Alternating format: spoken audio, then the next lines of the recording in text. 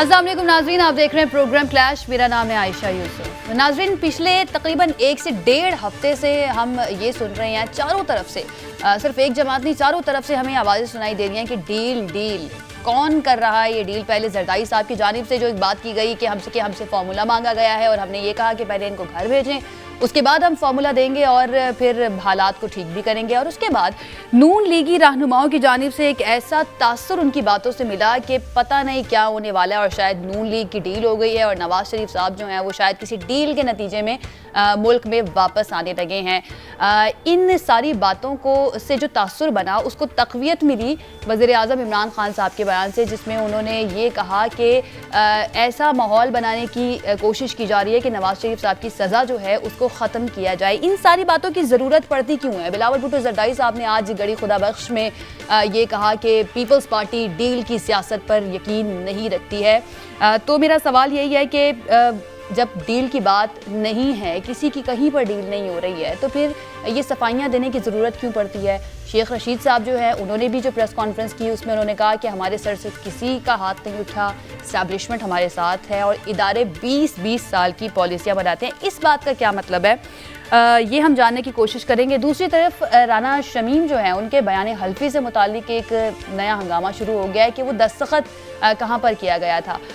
एक कॉलम मैंने पढ़ा, तो उसमें ये लिखा गया है कि जी ये जो दस्तखत हुए हैं इस एफिडेविट के ऊपर वो नवाज शरीफ साहब के दफ्तर में बैठकर हुए गए हैं, जबकि इस पर मुतज़ाद इत्तलात भी आ रही है कि ऐसा कुछ नहीं हुआ। ये भी जानने की कोशिश करेंगे। हमारे जो मेहमान हैं उनका मैं तारुफ करवा देती हूँ। तहरीक इंसाफ अहमद जवाद साहब हमारे साथ मौजूद होंगे, रहनुमा people's party barrister Aamir Hasan साहब हमारे साथ मौजूद होंगे और राना एहसान अफजल साहब रहनुमा मुस्लिम लीग नून हमारे साथ मौजूद होंगे। बैरिस्टर आमिर हसन साहब, आपसे मैं आगाज़ करना चाहूँगी, ये डील की कोशिश हो रही थी, नहीं हो रही थी तो क्या कामयाब नहीं हुई? ये आज बिलावल भुट्टो साहब को इस पर क्लैरिफिकेशन देने की क्या ज़रूरत पड़ गई? क्यों उन्होंने ये वजाहत दी कि पीपल्स पार्टी तो कोई डील नहीं कर रही या डील की सियासत पर यकीन ही नहीं करती है? बहुत शुक्रिया जी। देखें, ये कुछ दिनों से टेलीविज़न के अंदर प्रोपेगेंडा किया जा रहा था और बड़े मोतबर सहाफ़ियों ने ये लिखना शुरू कर दिया कि पाकिस्तान पीपल्स पार्टी कोई डील करने जा रही है। जिन्होंने डील करनी हो वो खुल्लम खुल्ला ये बातें नहीं करते कि आपने मुल्क का बेड़ा गर्क किया है, जिस तरह प्रेसिडेंट आसिफ अली जरदारी ने लाहौर के अंदर और फिर नवाब शाह में मुख्तलिफ तकरीबात में बातें की। और दूसरा, पीपल्स पार्टी का ट्रैक रिकॉर्ड नहीं है डील्स का। आपको याद होगा आयशा साहिबा कि जब मोहतरमा बेनज़ीर भुट्टो शहीद वापस आई तो बड़ा शोर मचा कि बीबी ने डील की है, बल्कि उस वक्त जो हमारा ARD था उसे तोड़ दिया गया और हमारी इत्तेहादी जमातों ने PMLN ने APDM बना लिया और इल्ज़ाम ये लगा कि बीबी ने कोई डील कर ली है। तो फिर उसके बाद देखा क्या ये डील थी कि 27 दिसंबर को मोहतरमा जामे शहादत नोश करेंगी यहाँ आके और अपनी जान दे देंगी। आमिर साहब, आपने ये बात मेंशन कर दी है तो ये तो ऑन रिकॉर्ड नहीं है कि बीबी की मुलाकात हुई थी परवेज़ मुशर्रफ साहब से और ये भी उस वक्त कहा जा रहा था कि वो उनसे मुलाकात के नतीजे में, बातचीत के नतीजे में ही मुल्क में वापस आई थी। ये ऑन रिकॉर्ड है। देखिए, गुफ्तगू शनीद करना तो कोई गुफ्तगू तो होती है, डील डिफरेंट है। डील नहीं गुफ्तगू तो लॉर्ड माउंटबेटन के साथ जिन्ना साहब की होती थी। गुफ्तगू तो आपको आपके जिनसे जंग होती है उनसे भी होती है। गुफ्तगू के नतीजे में परवेज मुशर्रफ को वर्दी उतारना पड़ी। गुफ्तगू के नतीजे में उसे आर्मी चीफ का ओहदा छोड़ना पड़ा। यही गुफ्तगू तो नहीं हुई थी साबिक सदर आसिफ अली जरदारी की, जिसका उन्होंने इशारा दिया था कि मेरे पास फॉर्मूला मांगने के लिए आए थे? यही गुफ्तगू, इसी तरह की गुफ्तगू हुई थी उनकी? मैं बताता हूँ।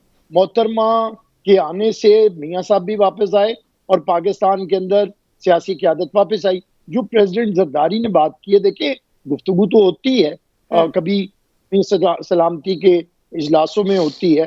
पीपल्स पार्टी ये समझती है कि मुल्क जिन हालात के अंदर और जिन मसाइल से दो चार है, किसी एक शख्स की वजह से या किसी एक शख्स की या फार्मूले की वजह से अगर मुल्क को नुकसान होता है तो ये हम बहुत भुगत चुके हैं। तो ये अगर तारीख की बात है जो प्रेसिडेंट आसिफ अली जरदारी ने की है, और वो पाकिस्तान के वो प्रेसिडेंट है जिन्होंने शहीद जुल्फ़िकार अली भुट्टो के बाद आइन को दोबारा रिवाइव किया है 18वीं तरमीम के जरिए। तो हम समझते हैं कि पाकिस्तान के अंदर इदारों को भी ये समझना है कि अवाम की हाकमियत अवाम तक लौटाना है।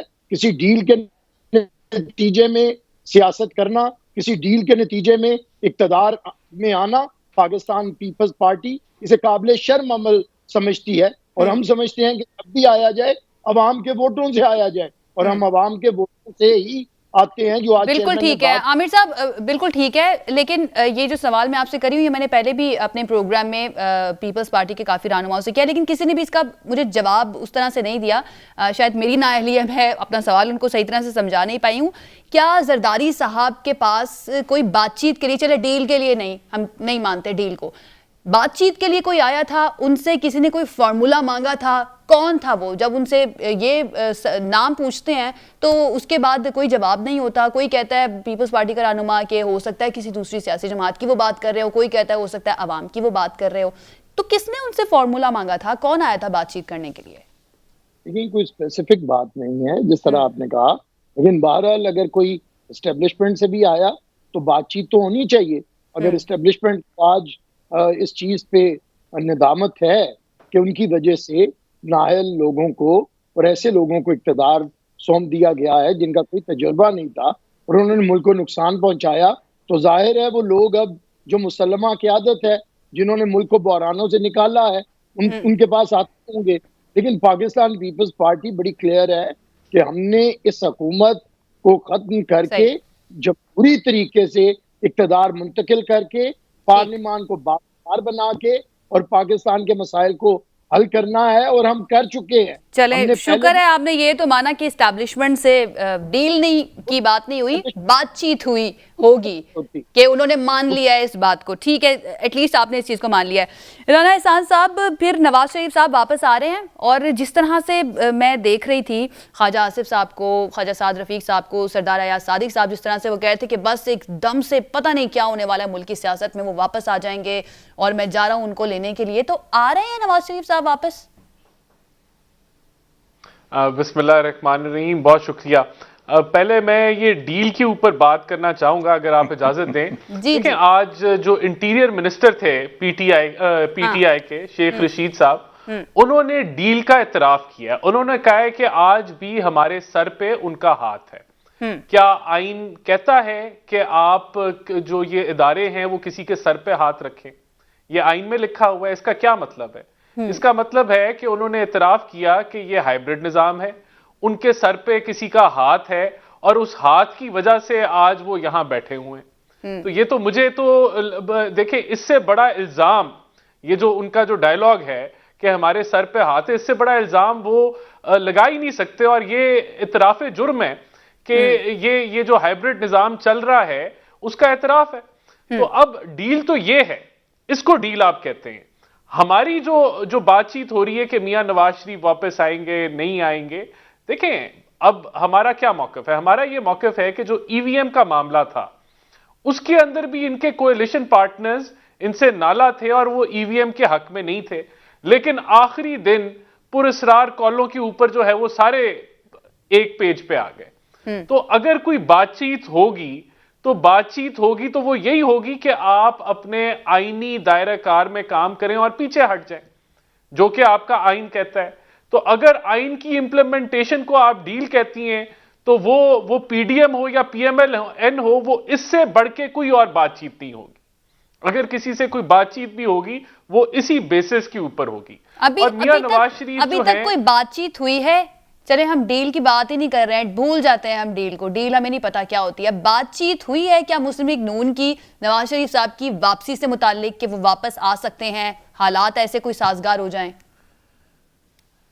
देखिए, नवाज शरीफ साहब जो हैं, उनका जो मामला है वो ये है कि हम समझते हैं, हमारा ये मौकफ है कि उनके जो केसेस थे वो बदनीयती के ऊपर जो है वो चलाए गए और वो एक टारगेट किया गया उनको भी और हमारी जमात को भी। और उनके जो शवाहिद हैं वो जस्टिस शौकत सिद्दीकी साहब की बातों की सूरत हाल में जिस तरीके से नैब को सुप्रीम कोर्ट ने जो है मॉनिटर किया, अनप्रेसिडेंटेड था। जिस तरीके से एकदम से सब जीप के निशान पे चले गए, अरेस्ट हुई और फिर आगे आने वाले ये जो एफिडेविट अब आ गया, फिर जो और जो शवाहिद हैं वो बेइंतहाशा हैं। अरशद मलिक साहब की वीडियो है।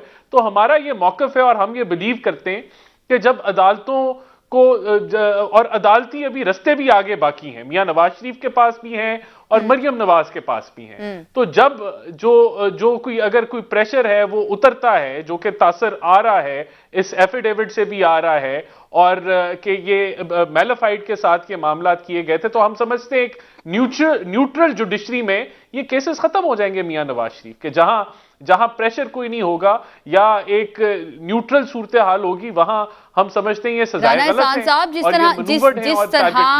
जिस तरह की बातें की जा रही थी ना नून लीग के रहनुमाओं की जानिब से, तासुर ये मिल रहा था कि शायद कोई डील हो गई है और बस नवाज शरीफ साहब जो है ना उनका टिकट भी हो चुका है और वो वापस आने के लिए तैयार हैं। इस बात का आपने जवाब नहीं दिया कि क्या वो वापस आ रहे हैं या नहीं आ रहे।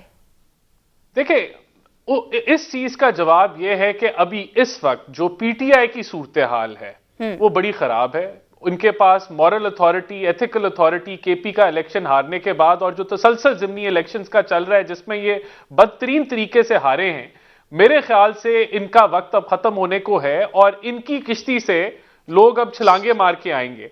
और जब ऐसा माहौल होगा तो नवाज शरीफ साहब अगले जनरल इलेक्शन से पहले पाकिस्तान में मौजूद होंगे इंशाअल्लाह। अगले जनरल इलेक्शन का फिर हम इंतजार करें। ठीक है अहमद जवाद साहब, आप सुन रहे हैं हमारे दोनों जो गेस्ट हमारे साथ बैठे हुए हैं, आप वो कह रहे हैं कि पाकिस्तान तहरीक इंसाफ की हालत बहुत ही ज़्यादा ख़राब है। तो फिर क्या वाकई में हालत ख़राब है और क्या आप लोग समझते हैं कि नवाज शरीफ मुल्क में वापस आ जाएंगे? क्योंकि वज़ीर आज़म ने जो बयान दिया, उसके बाद शेख रशीद साहब ने जो बात की, उससे लग रहा था कि शायद हुकूमत भी परेशान हो गई है उनके आने की खबर से। देखें आयशा, पहले तो मैं आपको मुबारक देना चाहूँगा कि आपने बड़ी खूबसूरती से और बड़े प्यार से पहले बैरिस्टर आमिर हसन साहब से डील का तकरीबन एतराफ़ करवा लिया और इसी तरह आपने राना अफजल साहब से भी तकरीबन डील का जो एतराफ़ करवा लिया। फ़र्क सिर्फ ये है कि आमिर हसन साहब ने इसको गुफ्तगू का नाम दिया है और राना अफजल साहब ने इसको बातचीत का नाम दिया है। तो अब मुझे केयरफुल होना पड़ेगा कि कहीं आप मेरे से ना कोई एतराफ़ करवा लें, क्योंकि आज आपका एजेंडा यही लग रहा है कि पॉलिटिकल पार्टी से डील का जो है ना एतराफ़ करवा लिया जाए। दो में तो आप कामयाब हो गए। नहीं अहमद जवाद साहब, हमें तो पता ही नहीं है डील क्या होती है। हम तो सर पे हाथ रखने की बात कर रहे हैं। ये सर पे हाथ रखने का क्या मतलब है? वो यही इल्जाम लगा रहे हैं ना कि शेख साहब ने तो आज इस बात का एतराफ़ कर लिया कि हमारे सर से हाथ नहीं उठाए। इस बात का क्या मतलब है जवाद साहब? हाँ, इसलिए मैं कह रहा था कि अब मेरी बारी है। तो चलें, एनीवे गुफ्तगू से, बातचीत से, सिर पे हाथ रखने तक तो हम आ गए हैं। देखें, मैं एक चीज जो आयशा बैरिस्टर साहब की मैं तारीफ करूंगा इस बात की, और राना अफजल साहब ने भी उसका जिक्र किया। देखें, हमें ये अब इस मुल्क के अंदर ये कल्चर, सियासी कल्चर जो है ना, ये बदलना होगा। ये डीलों वीलों के ऊपर जो है ना, ये मुल्क को नहीं चलाया जा सकता। इदारों को बिल्कुल अपनी हदूद में रहना चाहिए और सियासी पार्टियों को अपना सियासी एजेंडा जो है इंडिपेंडेंटली वो चलाना चाहिए। हमें इससे बाहर निकल आना चाहिए। और लेकिन थोड़ा सा बदकिस्मती से बात यही है आयशा कि अगर मैं डील करूं तो वो गुफ्तगू है या बातचीत है, अगर आप डील करें तो वो जो है, या मैं करूं तो वो डील है, अगर आप करें तो वो बातचीत या गुफ्तगू है। थोड़ा सा फर्क है। ये सिर्फ मैं अपनी बात नहीं कर रहा, ये हर एक पे एप्लीकेबल है कि अगर हम डील करें तो ठीक है, लेकिन कोई और अगर डील करे तो वो फिर काबिल एतराज चीज है। बिल्कुल उसी तरह से जैसे अगर हम इलेक्शन जीते हैं तो वो जीत है, अगर कोई और जीत जाए तो वो धांधली है। ये थोड़ा सा हमारा एक सियासी कल्चर है। मैं किसी एक पार्टी का यहाँ पे नाम नहीं ले रहा, मैं ओवरऑल एक सियासी कल्चर की पाकिस्तान के अंदर बात कर रहा हूँ। और गालबन ये एक मैं समझता हूँ कि एक डेफिशिएंसी है हमारे पॉलिटिकल कल्चर में, जिसका सब पार्टीज हिस्सेदार हैं। वो पीटीआई भी है, वो पीपल्स पार्टी भी है, वो पीएमएलएन भी है, कि जो इस कल्चर को शेयर करती हैं। इस कल्चर को चेंज करने की जरूरत है। अब आप देखें, जैसे केपी में इलेक्शन हुए हैं, बल्दियाती इलेक्शंस, वहां पे जेयूआई जीत गई और काफी एक सरप्राइजिंग उनकी जीत थी। और इसको इसी तरह से कहा जा रहा है कि पीटीआई के लिए एक बहुत बड़ा अपसेट है। मैं भी, हाँ जी, मैं भी ये कहूंगा कि यस, हम इसकी तवक्को नहीं कर रहे थे और 8 साल के बाद, खास तौर पे 8.25 साल वहां पे हुकूमत करने के बाद, तमाम रिसोर्सेज, तमाम अथॉरिटी, तमाम तर इख्तियारात होने के बावजूद अगर JUIF हमसे बल्दियाती इलेक्शन जीत जाती है तो बहुत बड़ा अपसेट है। लेकिन आप देखें कि हमने नहीं कहा कि ये कोई एस्टेब्लिशमेंट की मूव है, हमने नहीं कहा कि JUIF की कोई डील हो गई है, हमने ये कहा है कि हमसे गलतियां हुई हैं जिनकी कीमत हमने अदा की है। तो मैं ये कहूंगा कि हमें अब सब पार्टियों को अपने इस कल्चर को चेंज करना चाहिए, ताकि ये जो हमारे ये गैप्स जो है ना, जब हम ये बात करते हैं, इन गैप से फिर डील्स होती हैं, वो डील एक पे हलाल हो जाती है, दूसरे पे हराम हो जाती है। डील को हराम नहीं होना चाहिए। जवाद साहब, शेख साहब मतलब वो आते हैं तो जरा बड़ी मुख्तलिफ सी बात करके जाते हैं, जिसके बाद बाकी सारे जो रहनुमा है PTI के उनको आके सफाइयां देनी पड़ती हैं। उन्होंने क्या कहा था, पहले ये सुन लेते हैं, उसके बाद हम इस पे मजीद बात करते हैं। आपने क्या कहा था, सुनते हैं। कोई किसी का सवा हाथ नहीं हटा। अदारे 20-20 साल की पॉलिसियां बनाते हैं, 20 दिन की पॉलिसियां नहीं बनाते। कोई अक्लकांदा ये सोच रहा है कि किसी एक शख्स की पॉलिसी होती है, अदारे की पॉलिसी होती है। जी, किसी का हाथ नहीं उठा है, एस्टैब्लिशमेंट के साथ बड़े अच्छे ताल्लुकात हैं, और वो तो कह रहे हैं कि 20-20 साल की पॉलिसियां बनाते हैं। तो इसका मतलब हम क्या समझे जवाद साहब के अगली जो 2-3 टर्म्स है वो भी पाकिस्तान तहरीके इंसाफ की है, जो शेख साहब की बातों से लग रहा है। अच्छा, मैं आपको आयशा मैं बताता हूँ। देखें आयशा, मेरा अपना ये ख्याल है कि शेख साहब अपने जाती तजर्बे की बात कर रहे हैं कि जो पॉलिसी शेख साहब ने कोई 20 साल पहले बनाई थी, शायद उसके 20 साल पूरे हो गए हैं, तो शायद वो कोई अपने जाती तजर्बे की बात कर रहे हैं। अच्छा। मैं तो देखें शेख साहब की मैं सफाइयां नहीं दूंगा, इसलिए कि देखें मैं तो इमरान खान की आइडियोलॉजी को फॉलो करता हूं, मैं शेख साहब की आइडियोलॉजी को नहीं फॉलो करता। मैं PTI के अंदर इमरान खान के पीछे आया हूं, मैं शेख साहब के पीछे नहीं आया। शेख साहब कुछ कहने से पहले मेरे से तो नहीं ज़ाहिर पूछते, वो जो कहना चाहते हैं वो कहें, मैं उनकी सफाई नहीं दूंगा। लेकिन मैं ये, जैसे मैंने अभी थोड़ी देर पहले कहा है कि हमें अपने सियासी कल्चर को चेंज करने की जरूरत है। हमें ये जो गैप्स हैं डील्स के, ये हर पार्टी को मुख्तलिफ टाइमिंग के अंदर मिलते हैं, और अगर हर पार्टी 1 बाय 1 उन डील से इस्तेफादा करती जाएगी तो फिर आप इस मुल्क में एक जमहूरी अंदाज में सियासी जो कल्चर है उसको पिनपता हुआ नहीं देख सकते आपको। ये हमें अब इस कल्चर को चेंज करना होगा, और तमाम पॉलिटिकल पार्टीज को इसके ऊपर इत्तफाक करना चाहिए कि हम एक सियासी माहौल पैदा करें, सियासी तौर पे एक दूसरे से compete करें। अगर JUIF जो है वो उसका नैरेटिव अवाम को क्लिक कर गया है तो उसका हक बनता है कि वो इलेक्शन में जीते, और मैं उसकी इस जीत को एक्सेप्ट करूंगा। ठीक है जवाद साहब, एक सवाल का जवाब देते हैं, उसके बाद मुझे ब्रेक की तरफ जाना है। वजीर आजम इमरान खान ने जो बात की थी कि कोशिशें की जा रही है कि नवाज शरीफ साहब की सजा को खत्म किया जाए, तो ये कौन कोशिशें कर रहा है उनकी सजा को खत्म करने की? और अगर ऐसी कोई बात नहीं है तो वजीर आजम को ये बात करने की क्यों जरूरत पड़ गई फिर?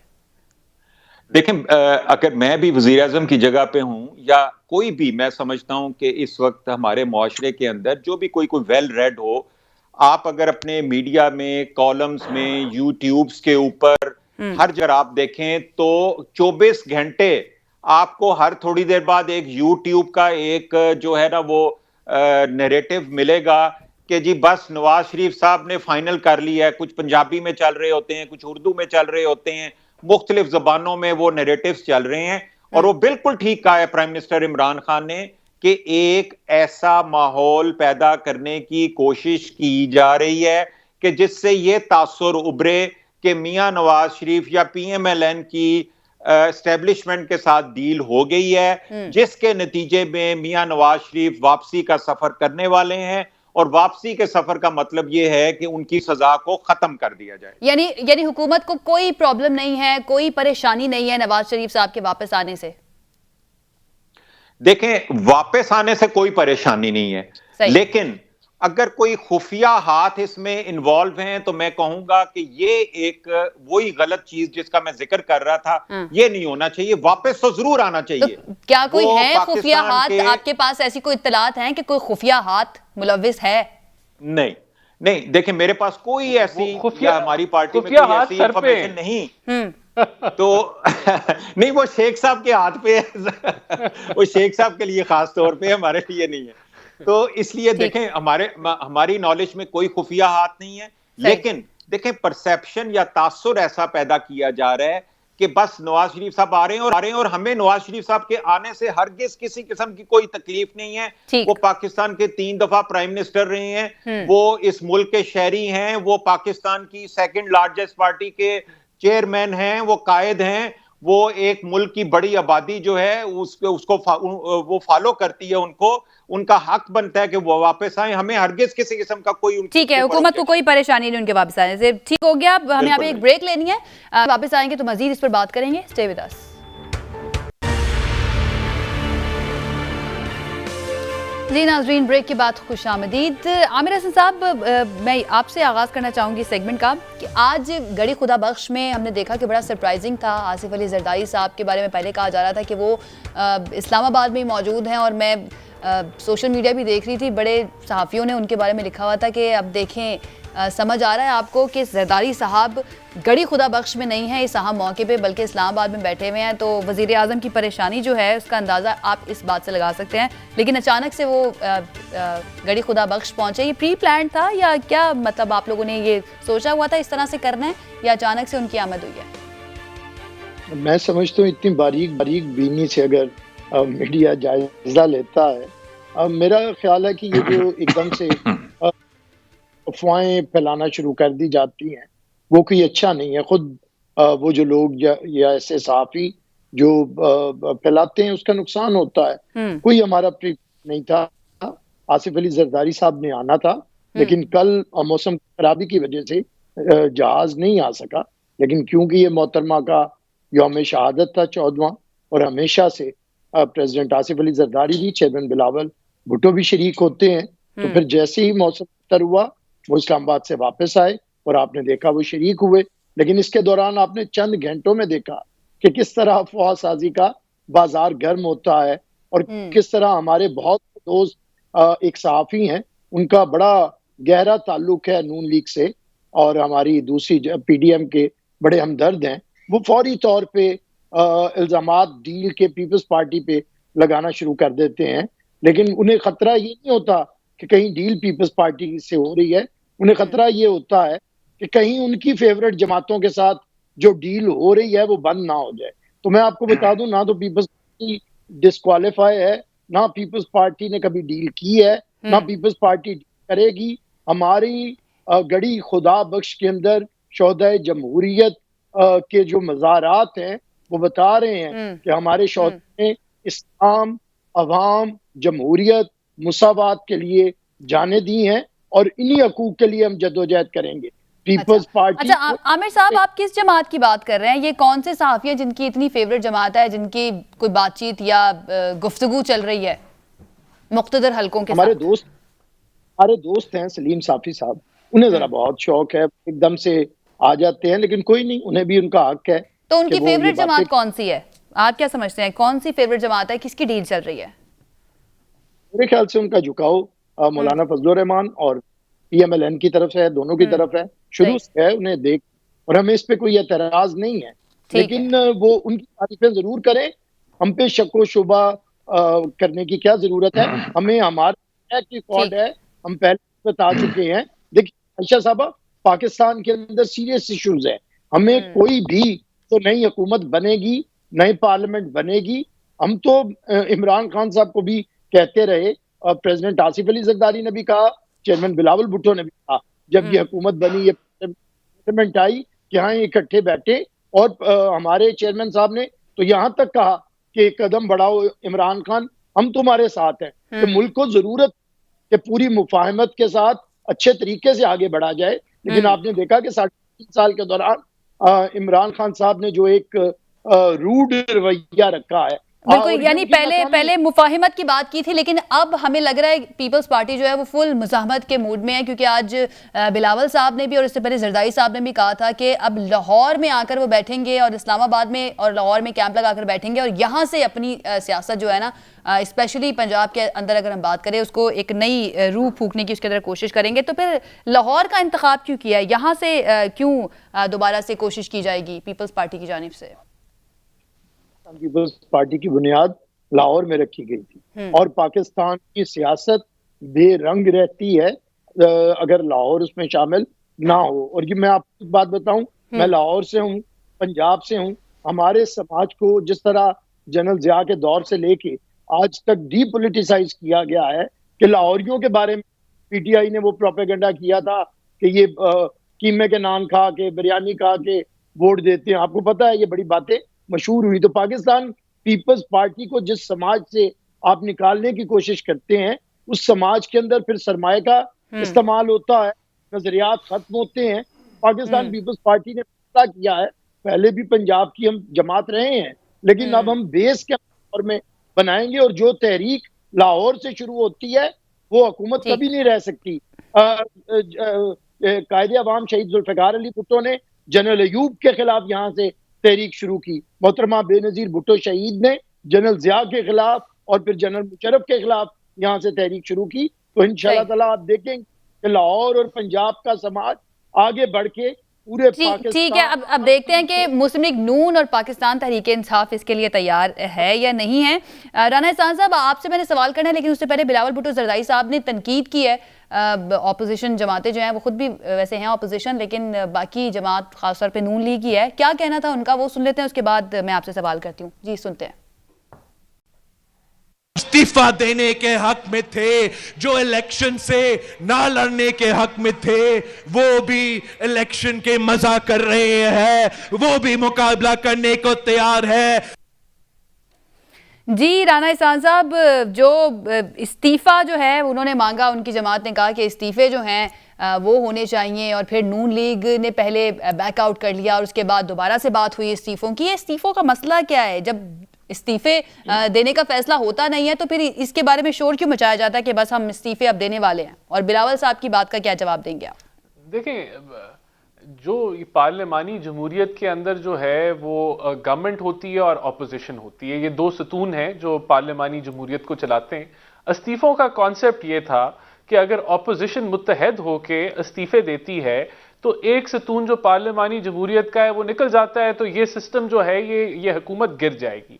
लेकिन अगर ऑपोजिशन ही डिवाइडेड हो, मसलन पीपल्स पार्टी निकल गई या एएनपी जब निकल गई, तो डिवाइडेड ऑपोजिशन जब आधी ऑपोजिशन इस्तीफे दे आधी ना दे तो फिर वो मकसद पूरा नहीं होता। और अभी भी जब मौलाना साहब इस्तीफों की बात करते हैं, वो हेड कर रहे हैं पीडीएम को, तो हमने इस्तीफे उनको जमा कराए, लेकिन जो कबाहत आती है इस्तीफों की डिबेट में वो यही आती है कि अगर डिवाइडेड ऑपोजिशन इस्तीफे दे तो वो फिर हम पीटीआई का फायदा नहीं करेंगे, फायदा कर देंगे, नुकसान नहीं करेंगे, बल्कि ऑपोजिशन अपना नुकसान कर देगी। ये सिर्फ तभी आप कर सकते हैं अगर ऑपोजिशन मुत्तहद हो।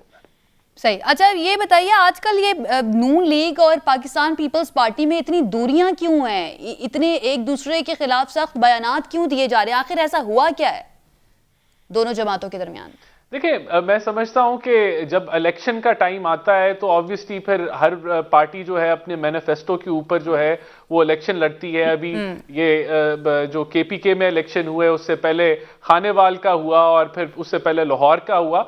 तो वो इलेक्शन मोड में जब आते हैं तो हमारा जो इत्तेहाद है या जो हमारी कोऑर्डिनेशन है वो पार्लियामेंट की हद तक है कि हम एक मुत्तहिद ऑपोजिशन की तरह चलेंगे। और यही पार्लियामानी जमहूरियत है कि जहां आपने इकट्ठा होना होता है आप इकट्ठे होते हैं, लेकिन हम एक दूसरे के जो है वो कंपटीशन में हैं और अगले इलेक्शन में भी हम समझते हैं हम एक दूसरे के खिलाफ लड़ेंगे और ये पार्लियामानी जमहूरियत का हिस्सा है। तो मैं नहीं समझता कि कोई ऐसा इतनी दूरियां हुई हैं। बिल्कुल पीडीएम के प्लेटफॉर्म का जो इशू है वो पीडीएम के ही प्लेटफॉर्म से रिजॉल्व होगा, लेकिन जहां तक पार्लियामेंट का जो अच्छा, मुझे बड़ी हैरानी होती है राना एहसान साहब के पीपल्स पार्टी रहनुमाओं की जानिब से बड़े बड़े सख्त अल्फाज भी आपकी क़यादत के लिए इस्तेमाल किए गए हैं, लेकिन आपके जितने भी रहनुमा हमारी इस प्रोग्राम के अंदर आए हैं उन्होंने बड़ा पर कोई सख्त जवाब नहीं दिया, बड़ा इसको नॉर्मल ले रहे हैं। ये मेरे लिए हैरान कुन है। बहरहाल बिलावल भुट्टो जरदारी साहब ने आज काफ़ी बातें की हैं, एक और उन्होंने बात की है वो सुनते हैं, उसके बाद इसके ऊपर सवाल करूंगी मैं बैरिस्टर आमिर हसन साहब से, फिर मुझे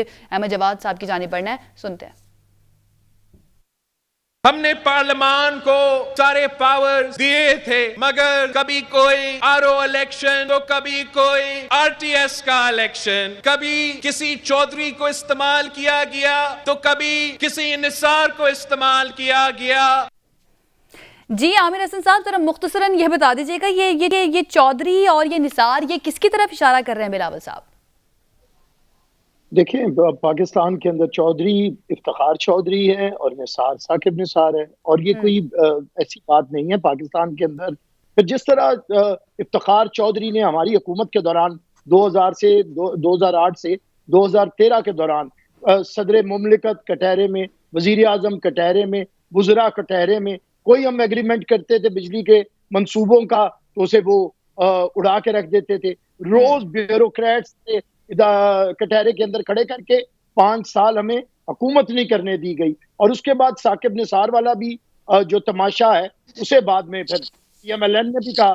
तो ये हमारे दोस्त हैं प्यार मोहब्बत के, और ये जो इनकी दिल लगी का सिलसिला है, वो कभी कभी इनकी खराबी होती है, जैसे कि आजकल है। देखे ना, आज भी अगर देखा जाए तो माशाल्लाह कितने खुश नसीब हैं मियां नवाज शरीफ, अल्लाह ताला उन्हें उम्र खिज्र दे। ऐसे लोग जो आते हैं थोड़ी देर के लिए, बाद में वो किस्सा पारीना बन जाते हैं, उनका कोई नाम भी नहीं जानता। लेकिन पाकिस्तान की सियासत को, पाकिस्तान की मुआशरत को और पाकिस्तान के लोगों को नुकसान पहुंचता है, अवाम को नुकसान पहुंचता है। तो हम समझते हैं कि ताकत का सरचश्मा अवाम है, इसी पे हमें आना है। अच्छी बात है। ठीक है आमिर साहब, आपका पॉइंट आ गया है। अहमद जवाद साहब, ऐसा क्यों है कि जो जमात जीतती है उसको लगता है कि इलेक्शन बिल्कुल ठीक हुआ, जो जमात हार जाती है वो कहती है धांधली हुई और ये इलेक्शन जो है टेम्पर हुआ? ये आप भी इससे पहले बात कर रहे थे कि ये जो सिस्टम है, ये जो सियासत का कल्चर है, इसको तब्दील करने की जरूरत है। ये किस तरह से तब्दील होगा अहमद जवाद साहब?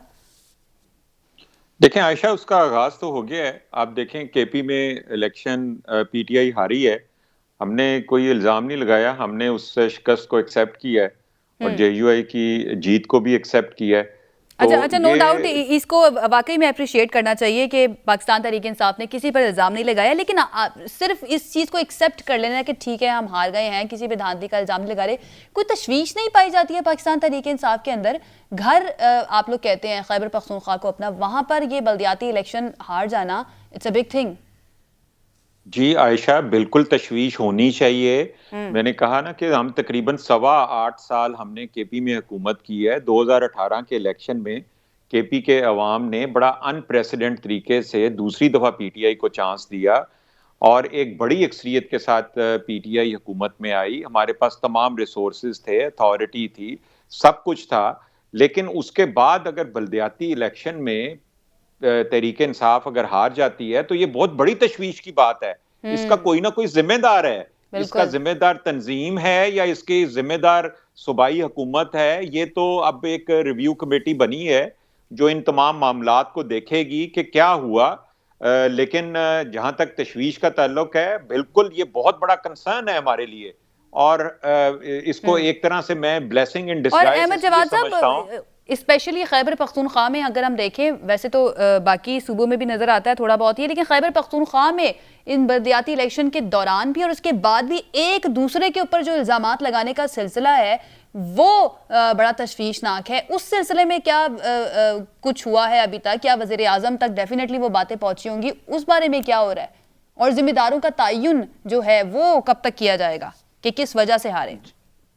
जी आयशा, देखें, इसके लिए एक रिव्यू कमेटी बनी है जो तमाम मामलात को देख रही है, इन्वेस्टिगेशंस भी हो रही हैं और जो मुस्तकबिल के हवाले से जो एजेंडा और स्ट्रेटजी होगा, फॉर द टाइम बीइंग पूरी तंजीम को तोड़ दिया गया। जो कि जब एक आप इलेक्शन में फेल होते हैं तो वो जाहिर है कि एज ए पॉलिटिकल पार्टी वो आपकी फेलवर होती है और उसमें इसी वजह से तंजीम को तोड़ा गया है। इस वक्त एक नया सेटअप बनाया गया है, वो इन्वेस्टिगेशन भी कर रही है, वो असेसमेंट्स भी कर रही है और नए फैसले भी किए जाएंगे और लोगों को जिम्मेदारियां दी जाएंगी।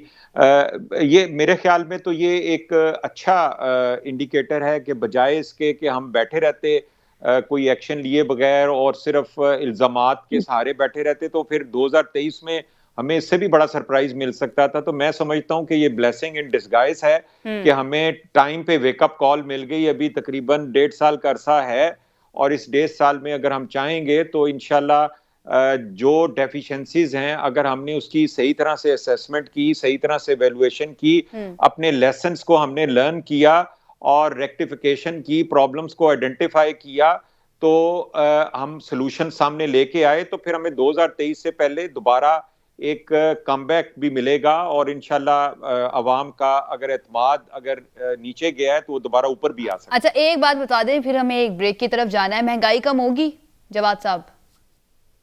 देखिए, महंगाई ये प्रायोरिटी में शामिल है पीटीआई की? आप बिल्कुल, आपका सवाल बिल्कुल बनता है क्योंकि पूरी कौम का ये सवाल है और पूरी कौम महंगाई से को सफ़र कर रही है, लेकिन इसमें फौरी तौर पे कोई बड़ी तब्दीली आना इसलिए मुश्किल है आयशा कि ये इस वक्त एक ग्लोबल फिनोमेना बन चुका है। मैं इस वक्त इस्तांबुल में बैठा हुआ हूँ और यहाँ पे भी इन्फ्लेशन और महंगाई जो है इस वक्त एक बहुत बड़ा इशू है। मुख्तलिफ स्टेप्स लिए जा रहे हैं और पाकिस्तान के अंदर भी मुख्तलिफ स्टेप्स लिए जा रहे हैं। अमेरिका में, इंग्लैंड में, यूरोप के अंदर बड़ी अनप्रेसिडेंटेड इन्फ्लेशन और महंगाई देखी गई है। वो एक लंबे अरसे तक सप्लाई चेन मैनेजमेंट का बंद रहना और फिर कैपेसिटी एकदम से दोबारा पीक पे आना और उसको दोबारा से रिकवर करना उस सप्लाई चेन मैनेजमेंट को, इसमें कुछ वक्त लगेगा। उसके बाद ये ग्लोबली यानी कि अवाम उम्मीद रखें कि आगे जाकर महंगाई कम होगी। इस सिलसिले में कोई लॉन्ग टर्म प्लान बना लिया गया है गवर्नमेंट की जानिब से। ठीक हो गया, एक ब्रेक ले लेते हैं। ब्रेक से वापस आएंगे तो राना नईम का बयान हल्फी जो है उस मामले पर बात करेंगे कि आखिर वो साइन कहाँ पर हुआ और उसकी क्रेडिबिलिटी जो है वो कहाँ पर स्टैंड करती है, किसको फायदा हो रहा है, किसको नुकसान हो रहा है उस एफिडेविट से। एक ब्रेक के बाद इस पर बात करेंगे। Stay with us. जी नाज़रीन, ब्रेक के बाद खुशामदीद। ब्रेक पर जाने से पहले हमने कहा था कि राना शमीम का बयान हल्फी जो है उससे मुतालिक बात करेंगे। खबर आई जिसमें ये कहा गया कि राना शमीम का बयान हल्फी जो है वो और कहीं नहीं बल्कि नवाज शरीफ साहब के ऑफिस के अंदर बैठकर साइन किया गया। ये बात बड़ी अहम है क्योंकि नून लीग की जानिब से कह दिया गया था कि उन्हें इस एफिडेविट के बारे में नहीं पता, बल्कि जो नोटरी पब्लिक है उनके जो सरबराह हैं चार्ल्स गथरी, उन्होंने अब ये कहा है कि ये उनके ऑफिस के अंदर बैठ के और तमाम लोग जो थे वहाँ पर जो मौजूद थे उनके तासुरात से ऐसा महसूस हो रहा था कि इससे कोई बड़ा तूफान आएगा और नवाज शरीफ साहब को इससे कोई फ़ायदा भी मिल सकता है। राना एहसान साहब, ये राना शमीम का बयान हल्फी जो है ये लगता है कि बहुत ज़्यादा मसाइल का बाइस बनता जा रहा है नून लीग के लिए, बजाय इसकी कि इसका कोई फ़ायदा हो। नहीं, मैं बिल्कुल ऐसा नहीं समझता। देखिए, जब भी कोई ऐसी एविडेंस आती है जो मियां साहब के फेवर में हो या मरियम के या ऑपोजिशन के फेवर में हो, तो ये हुकूमत जो है वो टारगेट कर लेती है कि हम इस एविडेंस को या इस इंफॉर्मेशन को मलाइन करें, इसको नेगेट करें और ऐसा तासर दें कि ये इसका कोई जो है वो वैल्यू नहीं है। ऐसे नहीं है। जो एफिडेविट होता है वो एक हल्फिया बयान होता है। अगर तो वो हल्फिया बयान जो है वो उनसे किसी प्रेशर में लिया गया है या वो झूठा है या उनको कोई फेवर देके, तो फिर तो आप उसको चैलेंज कर सकते हैं। लेकिन अगर जो आदमी उस हल्फिया बयान के ऊपर खड़ा है कि ये मेरा हल्फनामा है, ये एफिडेविट मेरा ही है और बगैर किसी प्रेशर के मैंने दिया है, तो फिर उसको ये फर्क नहीं पड़ता कि वो 10 बंदों के सामने दिया है या एक बंदा था उधर या 5 बंदे थे। ये तो अच्छी बात है कि और भी विटनेसेस होंगे कि ये एफिडेविट दिया गया है। लेकिन जो चार्ल्स साहब हैं उनका पहला बयान तो यही है कि उनके दफ्तर में दिया गया है, तो ये भी एक मुतनाज़ खबर है कि ये मियां साहब के दिया गया है या वहां दिया हुआ है। लेकिन मैं समझता हूं कि ये उसकी जो लीगल वैल्यू है, जो लीगल हैसियत है उस एफिडेविट को, उसको हर्ट नहीं करती, क्योंकि वो तब उस पे जो है वो हर्फ आता है अगर राना शमीम साहब उससे पीछे हट जाएं। अगर उस कंटेंट को वो ओन कर रहे हैं तो वो वैलिड है, वो स्टैंड करता है, उसकी तहकीक होनी चाहिए अभी और जो हो रही है। अगर ये साबित हो जाता है कि राना शमीम का बयान हल्फी जो है वो नवाज शरीफ साहब की मौजूदगी में हुआ था, तो फवाद चौधरी के इस बयान को तो फिर तकवीत मिलती है कि ये एक माफिया बन चुका है और माफिया बनकर जो है इदारों को मलाइन करने की कोशिश कर रहे हैं। नहीं, अगर हम अज्यूम कर लें कि ये ऐसे ही हुआ है, तो तब क्या नवाज शरीफ ने गन रखी हुई थी राना शमीम को कि आप बयान लिख के दें? या नहीं, तो पहले इस चीज से अपने आप को डिस्टेंट नहीं करना चाहिए था ना। नून लीग के रहनुमा या नून लीग की जानिब से कहा गया कि हमें तो नहीं मालूम था, जबकि उनके बेटे राना शमीम के बेटे टीवी पर आकर कहते हैं कि उनका तो बड़ा अच्छा ताल्लुक है नवाज शरीफ के साथ, बड़ा करीबी ताल्लुक है। देखें, ये जो बात है ना कि तल्लक है, तो इस तरह तो बहुत सारे लॉयर्स जो हैं वो पीएमएलएन की विंग्स के अंदर होते हैं, लॉयर विंग्स में मौजूद होते हैं। क्या वो जब जज बन जाते हैं तो वो PMLN के हक में फैसले करते हैं? ऐसे नहीं होता। देखें, एक जो जज है उसका ओथ होता है न्यूट्रलिटी का, एक हर बंदे की अपनी रेपुटेशन होती है। अगर मैं PMLN का हूं, मैंने तो हल्फन बयान नहीं दिया कि मैंने ये सुना है और वो सुना है, जो उनके सामने हुआ उसका उन्होंने हल्फन बयान दे दिया। अब बाकी दूसरा एक पॉइंट PTI उठाती है कि जी ये 3 साल बाद क्यों याद आया, तो सच तो अगर 30 साल बाद भी आ जाए तो उस पे जो है कार्रवाई होनी चाहिए।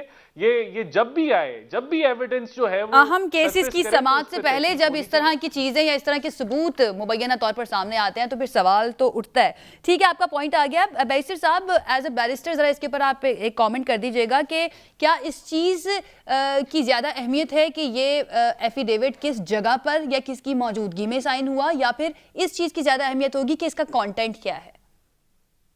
देखिए, बात तो कंटेंट पे आएगी, लेकिन मैं समझता हूं कि अगर एफिडेविट की अगर कोई हैसियत है तो पहले उससे बड़ी हैसियत तो उस फर्द की होगी जिसका वो एफिडेविट है। अगर उस फर्द का ज़मीर सोया रहे 2-3 साल और उसके बाद एकदम जाग जाए तो वो उसकी तो मेरे ख्याल से कोई इतनी मोतबर हैसियत मौजूद नहीं है।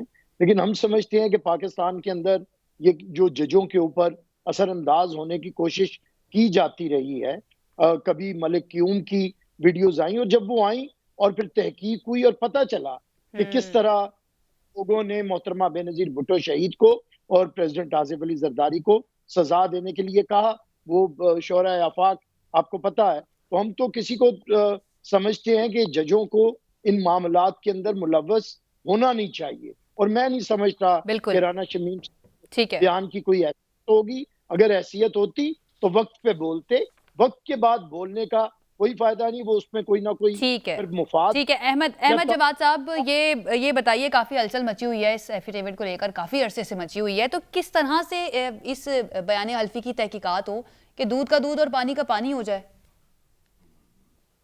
देखें आयशा, ये तो इस वक्त अदालत में है, ये अदालत का काम है कि वो इस बयान हल्फी को देखे कि वो जेन्युइन है या वो गलत है या कोई अंडर प्रेशर है या कोई पॉलिटिकली इन्फ्लुएंस्ड है। ये तो उन्होंने डिटरमिन करना है, और शायद यही जो प्रोसेस है इस वक्त इन प्रोग्रेस है। इसलिए मैं इस पे राय नहीं दूंगा, बल्कि मैं ये कहूँगा कि अदालतों को ही इसका फैसला करना चाहिए, वही इस पोजीशन में है। हम जो बातचीत कर रहे हैं वो तो एक स्पेकुलेशन है, और हो सकता है कि ये एक जो कह लें कि मैटर ऑफ कन्वीनियंस जो हमें लगेगा हम वो कह देंगे कि चूंकि वहाँ पे नवाज शरीफ साहब का एक ताल्लुक है और वो वहाँ पे बैठे हुए थे या कोई मिली भुगत है, हम ये कह देंगे। PMLN जो है वो कह देगी कि नहीं ये राना शमीम साहब जो है ये उनका अपना 3 साल के बाद ज़मीर जाग गया है, इसलिए उन्होंने जो है इसका जिक्र किया है कि किस तरीके से पॉलिटिकली विक्टिमाइज किया गया है। देखें, ये तो पॉलिटिकल स्टेटमेंट्स हैं, जो जिस पार्टी को ज्यादा सूट करती होगी वो दे देंगे। लेकिन मैं ये समझता हूं कि ऐसे मामलात के बारे में फैसला अदालतों को करना चाहिए और जल्दी करना चाहिए। इसमें ज्यादा डिले नहीं होनी चाहिए। अवाम का हक बनता है कि राना शमीम साहब के बयान, क्योंकि इसके बहुत बड़ा इम्पैक्ट है पाकिस्तान की सियासत पे। बिल्कुल ऐसे ही। बहुत शुक्रिया, वक्त बस खत्म हो गया। हमारे मेहमानों का बहुत शुक्रिया हमें ज्वाइन करने के लिए। नाज़रीन, ये था हमारा आज का प्रोग्राम। कल एक मरतबा फिर से हाजिर होंगे। अपना ख्याल रखिए, हमें इजाजत दीजिए। अल्लाह हाफ़िज़।